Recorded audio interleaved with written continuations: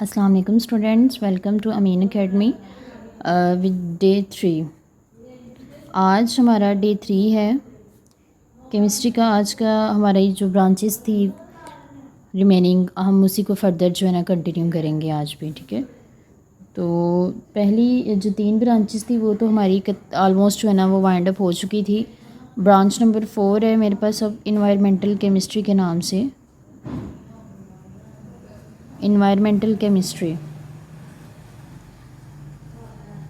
लफ्ज़ जो है ना इन्वायरमेंट इसी से समझ आ रहा है कि माहौल की केमिस्ट्री। किसे कह रहे हैं इन्वायरमेंटल केमिस्ट्री? माहौलियाती केमिस्ट्री। माहौलियाती जो हमारी केमिस्ट्री है ना उसको बोलेंगे इन्वायरमेंटल केमिस्ट्री, ठीक है। तो यहाँ पे हमने सबसे पहले देखना है इसकी डेफिनेशन को।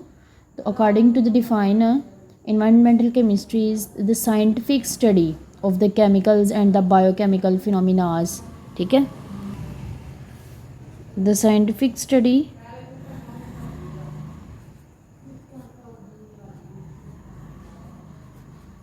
Of the chemicals and biochemicals, ठीक है।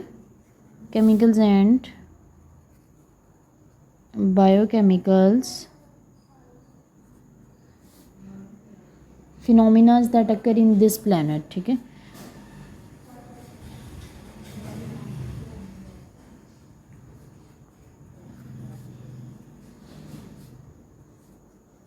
In this planet. अच्छा, अब इसका मतलब क्या है कि साइंटिफिकली स्टडी करना केमिकल्स को, बायोकेमिकल्स को, ठीक है। अब हम यहाँ पे हमारे केमिकल्स आ सकते हैं, कोई भी केमिकल्स पे हम जो है ना कोई भी केमिकल्स ले सकते हैं। हम यहाँ पे सल्फ्यूरिक एसिड ले सकते हैं, ठीक है, सल्फ्यूरिक एसिड। हम यहाँ पे हाइड्रोक्लोरिक एसिड ले सकते हैं जिसे हम HCl भी कहते हैं। और इसी जैसे हम मज़ीद और भी बहुत सारे जो है ना कंपाउंड्स ले सकते हैं इनकी स्टडी को। केमिकल्स है ना ये, केमिकल्स की स्टडी। इसके अलावा बायोकेमिकल्स कहती हैं कि ऐसे केमिकल्स जो लाइफ के डिफरेंट प्रोसेसेस के अंदर हम जिनको यूज़ करते हैं। फॉर एग्ज़ाम्पल हम लोग HCl की ही बात करते हैं, ठीक है। HCl हमारे इसका बायो के साथ क्या ताल्लुक है? HCl तो है केमिकल, अभी मैंने आपको बताया ना HCl एक केमिकल है। तो HCl का बायो के साथ क्या ताल्लुक है तो ये केमिकल। बायो के साथ इसका ये ताल्लुक है कि HCl जो है ये हमारे होता है स्टमक में ये स्टमक की वाल्स में प्रोड्यूस होता है। और इसके एक स्पेशल फंक्शन है कि ये ब्रेक डाउन ऑफ फूड जो है ना उसमें ये पार्टिसिपेट करता है। तो यानी हमारा प्रोसेस हो रहा है बायो का यानी लाइफ का, पर किसके थ्रू हो रहा है? With the help of chemicals के इस्तेमाल से बायो यानी ज़िंदगी को चलाना या केमिकल्स को इस्तेमाल करते हुए लाइफ को रन आउट करना या लाइफ के डिफरेंट प्रोसेसेस परफॉर्म करना, इसको हम कहते हैं biochemical. Hope so you can understand in very clear words about the chemicals and biochemicals, ठीक है। यहाँ पे केमिकल्स का भी आपको मैंने बता दिया कि हम जो केमिस्ट्री में जितने भी केमिकल्स पढ़ते हैं, ठीक है, और उन्हीं के बारे में स्टडी। और इसके अलावा बायोकेमिकल्स जो है ना यानी हमारी जो ज़िंदगी है, लाइफ है, उसमें यूज़ होने वाले केमिकल्स के बारे में स्टडी को कंबाइंड फॉर्म में हम इन्वायरमेंटल केमिस्ट्री कहते हैं, ठीक है। तो इसकी एग्ज़ाम्पल भी यहाँ मेंशन तो नहीं है। इसकी एग्ज़ाम्पल जो है ना हम खुद लिखेंगे, acid formation, acid rain formation और ओजोन डिप्लेशन, ठीक है। एसिड रेन फॉर्मेशन,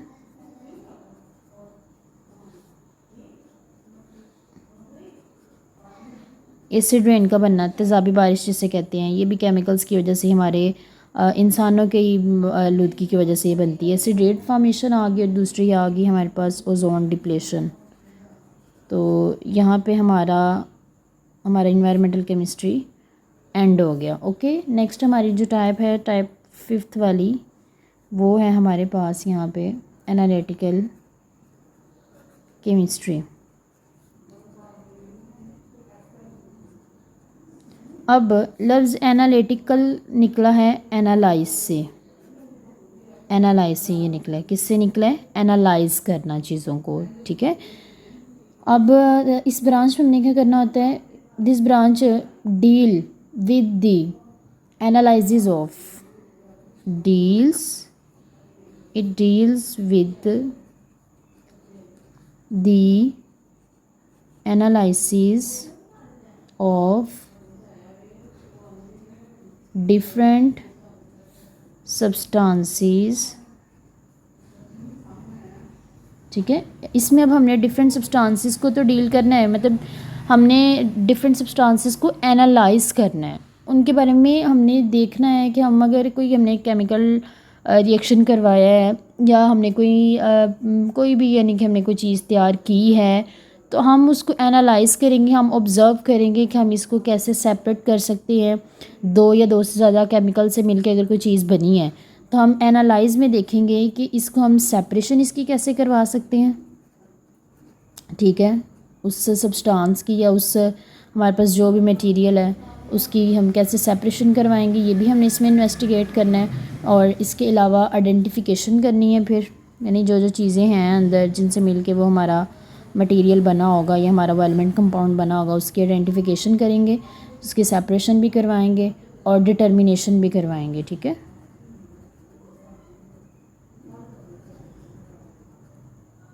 ये तीन जो है ना बेसिक इसके पॉइंट्स थे। Deal with the analysis of different substances and also deals the separation, identifications and determination of different substances, ठीक है। Is it clear? हाउ आगे नेक्स्ट है जी हमारे पास इसकी हम एग्ज़ाम्पल जैसे हम पीछे करते आ रहे हैं वैसे ये भी एग्ज़ाम्पल अगर इसकी हम देखें तो इसकी एग्ज़ाम्पल में आएगा सबसे पहले तो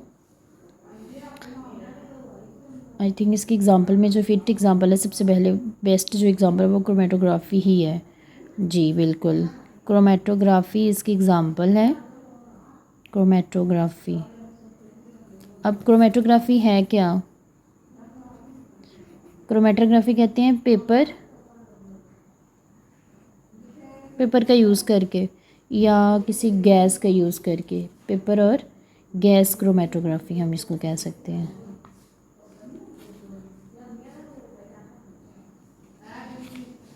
ओके, तो ये हमारे पास अब जो है ना हमारी एनालिटिकल केमिस्ट्री भी फिनिश्ड हो चुकी है। नेक्स्ट अगर बात करें तो नेक्स्ट हमारी जो टाइप है वो है हमारे पास बायोकेमिस्ट्री 6 वाली type.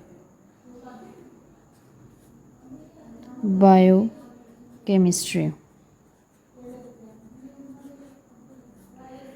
Bio means life, bio means life, chemistry means chemicals, ज़िंदगी में इस्तेमाल होने वाले केमिकल्स या हमारी जो लाइफ के डिफरेंट प्रोसेसेस हैं उनमें यूज़ होने वाले केमिकल्स को हम बोलेंगे बायो केमिस्ट्री या उन केमिकल्स की स्टडी को बोलेंगे। एक्चुअल में लाइफ के डिफरेंट प्रोसेसेस को परफॉर्म करने के लिए जो हम केमिकल्स यूज़ करते हैं उनकी स्टडी को नाम देंगे बायो केमिस्ट्री का। It is a branch of chemistry in which we understand the life, ठीक है। In this branch we understand life through chemical processes, कि हमने यहाँ पे क्या करना है, अंडरस्टैंड करना है लाइफ को किसके थ्रू, केमिकल्स के through. Understand life through chemicals, ये इसकी सबसे बेसिक मेन और बेस्ट जो है ना डेफिनेशन है, ठीक है। इसको अच्छे से हमने जो है ना रीड आउट कर लिया है, इसको अच्छे से याद कर लेना है, अच्छे से इसकी लर्निंग कर लेनी है। तो it branch of the chemistry in which we understand the life through the chemicals, ठीक है। अब इसके अलावा अगर देखा जाए ना तो हम बायोकेमिस्ट्री की एग्जांपल में सबसे बेस्ट एग्जांपल एंजाइम कैटालाइसिस हैं या स्ट्रक्चर जो है डीएनए और आरएनए का। These are all the best examples for biochemistry. Enzyme catalysis, okay. और इसके साथ हमारा स्ट्रक्चर हम जो है ना डीएनए या आरएनए का अगर देखेंगे, structure of nucleic acid actually में ना डीएनए और आरएनए को ही कहा जाता है, ठीक है ना, डीएनए और आरएनए, ओके। ये हमारे पास हमारे जो ब्रांच नंबर 6 है बायोकेमिस्ट्री उसका जो है ना ओवरव्यू मैंने दे दिया यहाँ पे। नेक्स्ट है हमारे पास branch number 7, these are the nuclear chemistry. Nuclear chemistry लफ्ज़ ना न्यूक्लियर से समझ आ रहा है कि इसका कोई ना कोई ताल्लुक न्यूक्लियस से है। न्यूक्लियस कहाँ पे होता है? एटम में, ठीक है। एक एटम है उसके सेंटर में होता है न्यूक्लियस। ठीक है, ये हमारे पास क्या है, न्यूक्लियस। वैसे ये स्ट्रक्चर किसका है, एटम का, और सेंट्रल पोर्शन को कहते हैं nucleus, central portion of atom. ठीक है, इसको हम क्या कहते हैं, न्यूक्लियस। इस न्यूक्लियस की या इसमें होने वाले डिफरेंट प्रोसेसेस जो हैं, रिएक्शंस जो हैं न्यूक्लियस के अंदर, जितने भी रिएक्शंस हो रहे हैं उनको हम नाम देते हैं, उनकी स्टडी को नाम देते हैं न्यूक्लियर केमिस्ट्री। तो डेफिनेशन इसकी आपकी बुक पे भी मौजूद होगी, और आसान लफ्ज़ों में देखी जाए तो हम ये भी कह सकते हैं, nuclear chemistry deals with the reactions take place in the nucleus of an atom. Nuclear chemistry is the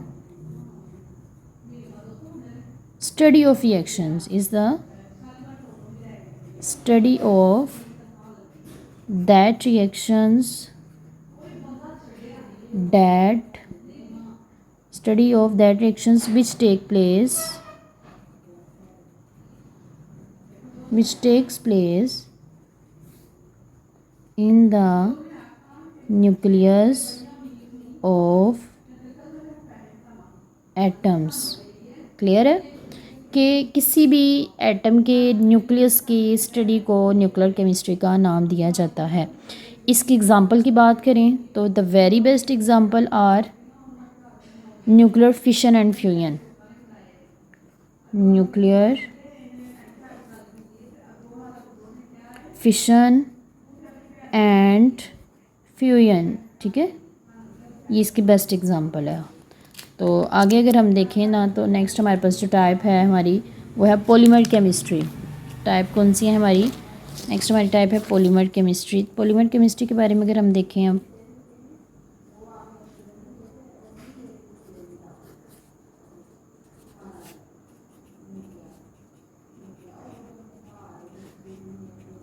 polymer chemistry, अच्छा लफ्ज़ पॉलीमर्स जो है ना, पॉलीमर्स इसका मतलब मैं बताने जा रही हूँ। Polymer means large molecules. ठीक है, स्टडी ऑफ लार्ज मॉलिक्यूल्स। ठीक है ना, इनको स्टडी करना, लार्ज मॉलिक्यूल्स को स्टडी करना। लाइक लार्ज मॉलिक्यूल में अब कौन आएगा, लार्ज मॉलिक्यूल में न्यूक्लिक एसिड आएंगे, लार्ज मॉलिक्यूल में प्रोटीन आएगा, लार्ज मॉलिक्यूल में सेलुलोज आएगा, लार्ज मॉलिक्यूल में हमारे पास जो है ना और बहुत सारे नेचुरली अकरिंग मॉलिक्यूल्स आते हैं। बेसिक्स जो है ना वो प्रोटीन, सेलुलोज और न्यूक्लिक एसिड ही आपके लेवल तक की। ठीक है, तो study of the large molecule is known as the polymer chemistry. Clear है, ठीक है ना, पॉलीमर केमिस्ट्री। अब पॉलीमर जो के मॉलिक्यूल्स होती हैं, लार्ज मॉलिक्यूल्स होते हैं, और ये लार्ज मॉलिक्यूल कैसे बनते हैं, ये लार्ज मॉलिक्यूल्स बनते हैं बाय द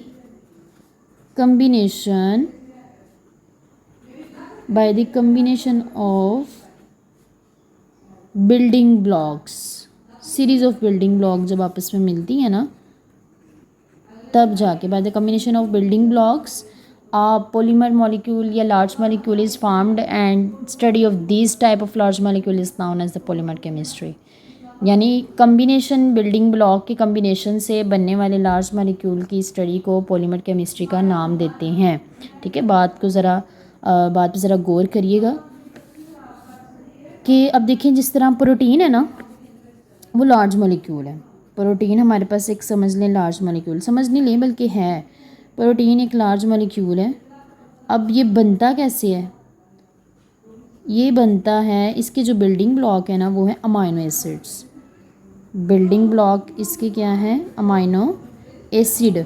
अब ये बिल्डिंग ब्लॉक्स जो हैं प्रोटीन के, ये सारे मिलके प्रोटीन बना देंगे। यानी अमाइनो एसिड एक, फिर दूसरा अमाइनो एसिड आएगा, फिर तीसरा आएगा, फिर चौथा आएगा, वो सारे अमाइनो एसिड की एक पूरी चेन मिलके हमारे पास प्रोटीन का स्ट्रक्चर बना देगी। ठीक है, तो ऐसे ही एक पूरी चेन बिल्डिंग ब्लॉक्स के जब मिल के एक लार्ज मॉलिक्यूल तैयार करती है, उस लार्ज मॉलिक्यूल को फिर हम स्टडी करते हैं, तो इस तरह की स्टडी को नाम देते हैं पॉलीमर केमिस्ट्री का।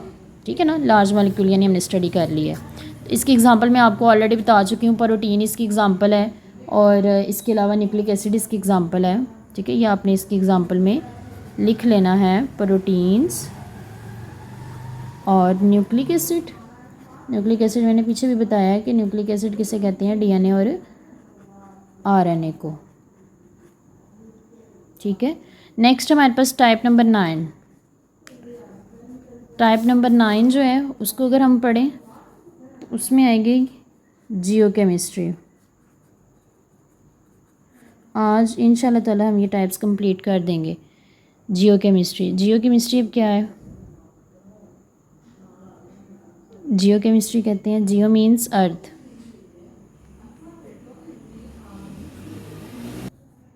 जी टाइप नंबर 9 की हम बात कर रहे थे, जियोकेमिस्ट्री है, जो कि जियो मीन्स अर्थ। ठीक है, अर्थ की स्टडी को हम study of the earth is known as the geochemistry, ये भी कह सकते हैं, मगर थोड़े से इसको डिटेल में लिखेंगे। ठीक है, तो 9th क्लास है, ज़ाहिर सी बात है थोड़ी सी इसकी डिटेल हम साथ ज़रूर ऐड करेंगे, जस्ट ये तो नहीं लिखते हैं कि study of earth is called geochemistry. तो इसको ज़रा तफसील से अगर देखें ना, the study of the chemicals, composition of earth and it's sources and minerals, यानी वो वाले केमिकल जो कि अर्थ की कंपोजिशन में हिस्सा लेते हैं। ठीक है, इसके सोर्सेज हैं मिनरल्स के, उन मिनरल्स के बारे में स्टडी करना, उन सोर्सेज के बारे में स्टडी करना जो अर्थ की फॉर्मेशन में हिस्सा ले रहे हैं, उनको नाम देते हैं जियोकेमिस्ट्री का। तो डेफिनेशन आप लिख सकते हैं, the study of chemical composition of earth,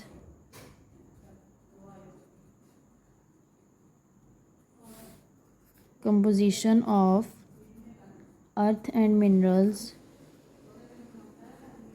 is called geochemistry, earth and minerals is called geochemistry। ठीक है, ये भी आसान सी बिल्कुल डिफाइन है इसकी, कि स्टडी करना उन केमिकल्स को, किन केमिकल्स को, जो अर्थ की कंपोजिशन में हिस्सा लेते हैं। इसके अलावा अर्थ में जो मिनरल्स हैं उनकी स्टडी को भी, हम कंपोजिशन को भी मिल के, यानी कंबाइंड फॉर्म में, इनको हम जियोकेमिस्ट्री का नाम देते हैं, स्टडी ऑफ अर्थ का या जियोकेमिस्ट्री का, इसको जो है ना हम डिफ़ाइन का नाम दे देंगे। ठीक है, नेक्स्ट इसकी एग्जांपल अगर देखें तो एग्जांपल में इसका आएगा जी हमारे पास, mineral composition of rocks, minerals composition of rocks, ये आपने इसकी एग्जांपल में जो है ना मेंशन कर देना है। नेक्स्ट हमारे पास जो टाइप नंबर 10 है वो है medicinal chemistry.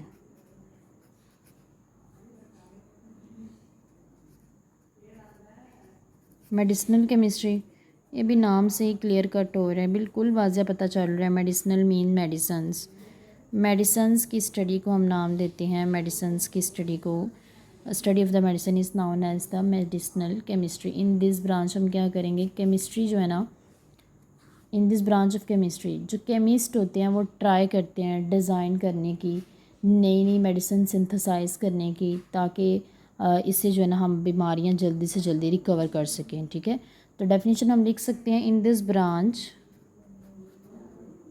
This branch scientist, साइंसदान ही करती हैं ये काम, या यहाँ पे हम केमिस्ट का वर्ड यूज़ कर लेते हैं क्योंकि केमिस्ट्री की बुक है। The chemist tries to design, कि केमिस्ट ट्राई करते हैं, कोशिश करते हैं, टू डिज़ाइन करने की, एंड सिंथेसाइज और बनाने की। साइंटिस्ट क्या करते हैं, ट्राई करते हैं डिज़ाइन करने की, सिंथेसाइज करने की, मेडिसिन्स को और ड्रग्स को। ठीक है, मेडिसन और ड्रग्स।